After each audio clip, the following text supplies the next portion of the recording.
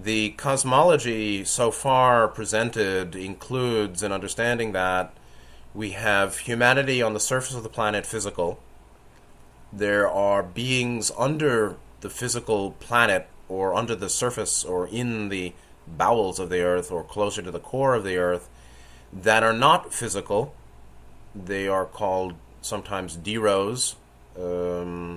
They are also associated with a degenerate race, or they're negatively oriented, but they're not physical.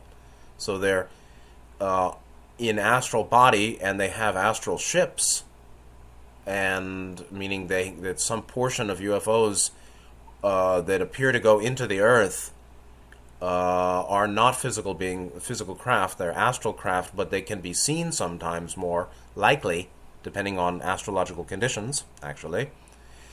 And they're ultimately astral craft of what appear to be a negatively oriented race that may be Maldek souls that chose not to go into the physical, not to go into the Bigfoot bodies and work their way up back into 3D evolution after having destroyed planet Maldek, 500,000 years ago.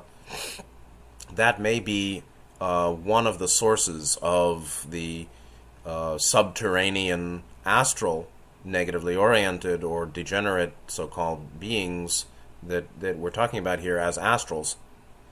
They have some relation to beings on the moon.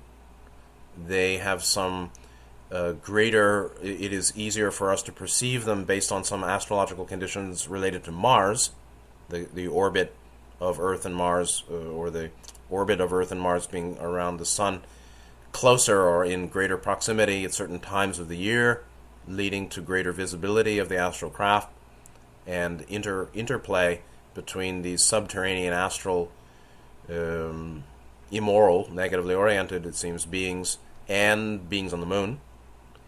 And then above all that, you have so-called etherics. The etherics, to me, are basically positively oriented beings equivalent to what Ra would call 4th, 5th, 6th density confederation groups that are not 3D, nor astral.